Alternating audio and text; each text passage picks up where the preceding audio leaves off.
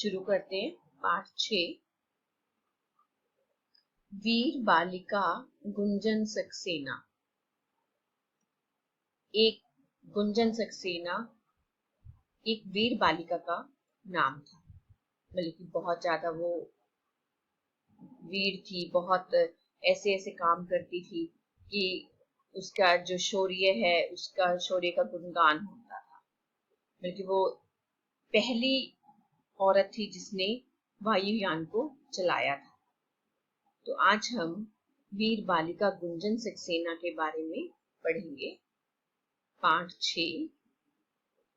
अस्माकं भारत माता वीरा नाम जननी अस्ति। अस्माकं हमारी, भारत माता, भारत माता ये भारत देश को किसका नाम दिया गया? माता का, एक भारत माता।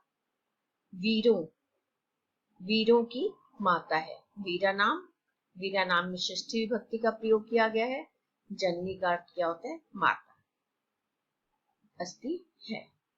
हमारी भारत माता वीरों की माता है।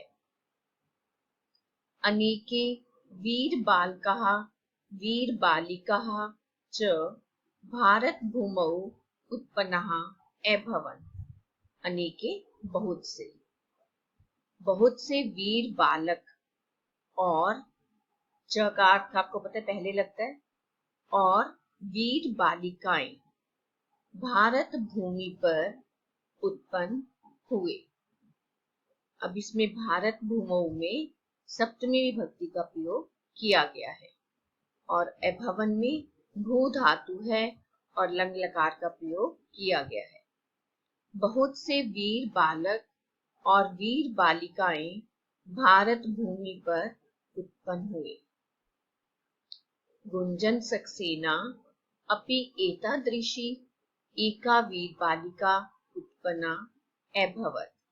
गुंजन सक्सेना भी ऐसी, एतादृशी का अर्थ क्या होता है? ऐसी एक वीर बालिका उत्पन्न हुई।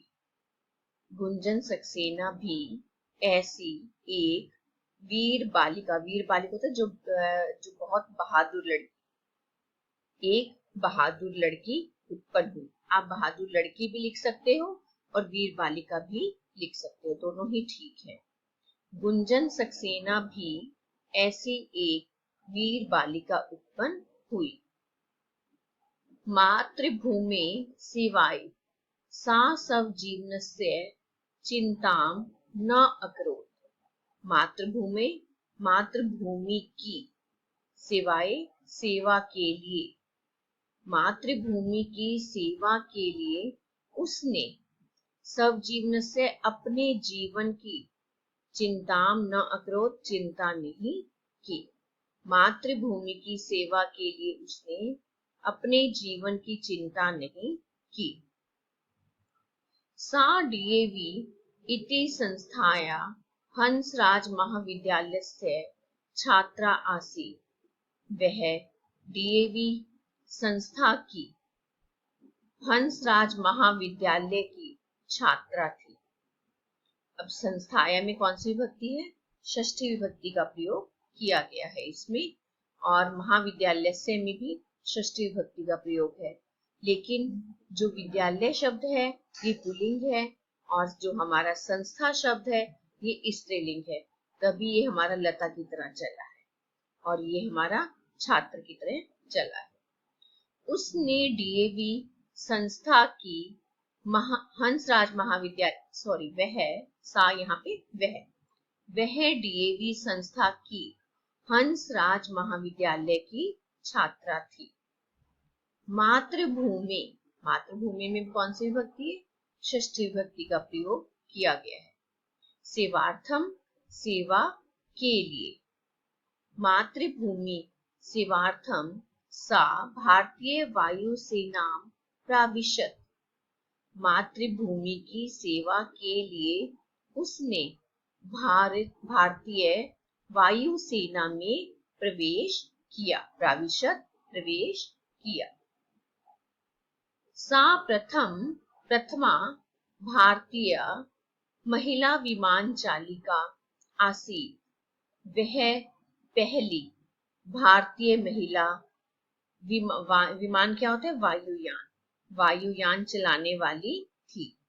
वह पहली भारतीय महिला वायुयान चलाने वाली थी। सा वीरांगना रागी लक्ष्मीबाई एवं साहसिनी आसीत। अब वीरांगना, वीरांगना स्त्रीलिंग शब्द है। जैसे वीर, वीर क्या होता है? पुल्लिंग शब्द है। जब वीर को हम स्त्रीलिंग में लिखेंगे तो क्या आता है? वीरांगना। वीरांगना जो स्त्री वीर हो उसको बोलते हैं वीरांगना। वह वीरांगना रानी लक्ष्मीबाई के समान साहसी थी। सा युद्ध क्षेत्रे निर्भयम विमानम अचाल्यत। उसने युद्ध क्षेत्र में बिना डर के, निर्भयम बिना डर के, विमान को चलाया, अचाल्यत चलाया। उसने युद्ध क्षेत्र में बिना डर के विमान को चलाया। सा सैनिके भय आवश्यक वस्तुनाम वितरण अकरोत। उसने सैनिकों के लिए आवश्यक वस्तुओं को बांटा या आवश्यक वस्तुओं का वितरण किया। वितरण होता है बांटना, या तो आप इसको लिखो आवश्यक वस्तुओं को बांटा, बांट किया, ऐसे नहीं लिखना आपने, ये गलत सेंस जाएगी। तो आपने क्या लिखना है? आवश्यक वस्तुओं को बांटा, या फिर ऐसे लिख सकते हो आवश्यक वस्तुओं का वितरण किया। दोनों ही ठीक है, जैसे आप चाहो वैसे लिख सकते हो। उसने सैनिकों के लिए आवश्यक वस्तुओं को बांटा। सा रुग्णान आहतान च सैनिकान आरक्षत। उसने रोगियों की, जो बीमार हो गए हैं लोग, उसको क्या बोलते हैं? रोगी। और आहतान होते हैं चोट लगे, जिनको चोट लगी थी, जो लोग घायल हो गए थे, चोट लगे। सैनिकान सैनिकों की। उसने रोगियों और चोट लगे सैनिकों की रक्षा की, आरक्षत रक्षा की। ईशा वीर बालिका कर्तव्य पालनस्य उच्च आदर्शम स्थाप्यत। इस वीर बालिका ने कर्तव्य पालन का उच्च नमूना, उच्च आदर्शम होता है सबसे ऊंचा नमूना, ऊंचा नमूना, स्थापित किया। इस वीर बालिका ने कर्तव्य पालन का ऊंचा नमूना स्थापित किया। वयम सर्वे एताम वीर बालिकाम सदैव संरक्ष्यामः। हम सब, वयम हम सब, सर्वे सब, एताम इस, वीर बालिका को, सदैव हमेशा, संरक्ष्यामः समरी धातु है इसमें और लरिट लकार का प्रयोग किया गया है, उत्तम पुरुष है। संरक्ष्यामः क्या अर्थ होता है? याद करेंगे। हम सब इस वीर बालिका को हमेशा याद करेंगे। धन्या एषा वीर बालिका, धन्य है यह वीर बालिका। अब आपको ये पाठ आपने अपनी रफ कॉपी में लिखने की ट्राई करनी है। इसको रफ कॉपी में आपने लिखना है। और बच्चों, जब आप पाठ लिखते हो तो आप हर शब्द की हिंदी आपको पता होनी चाहिए और आपको विभक्ति भी क्लियर होनी चाहिए। तभी आपका जो संस्कृत का बेस है वो तभी स्ट्रॉन्ग बनेगा।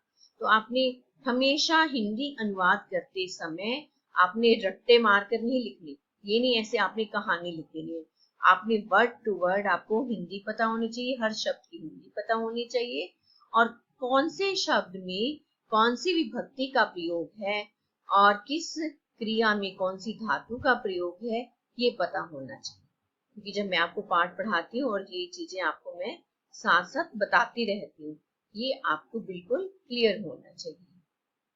बच्चों, इस पाठ को आप रफ कॉपी में लिखोगे आज। धन्यवाद बच्चों।